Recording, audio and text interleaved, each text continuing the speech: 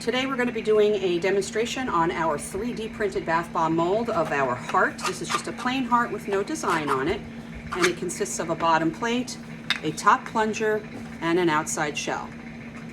So you want to take your bottom plate and put that down first, take your outside shell, stick it on the top, start filling very lightly.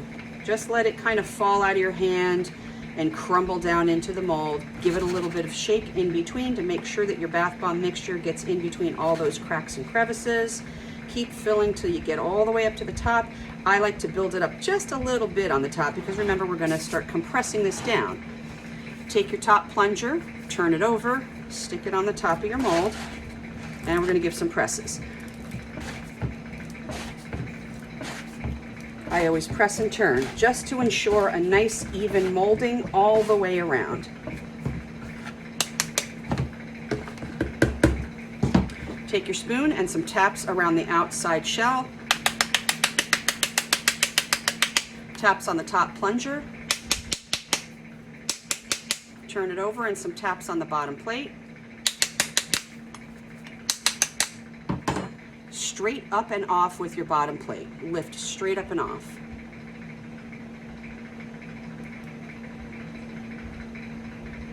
And that's what it looks like on the inside. Fingers on the bottom, thumb on the top, push up on your bottom plunger while you're pushing down with your thumbs to get that up and out. Cardboard on the top, turn it over and lift straight up and off with your plunger. And there's a beautiful heart bath bomb.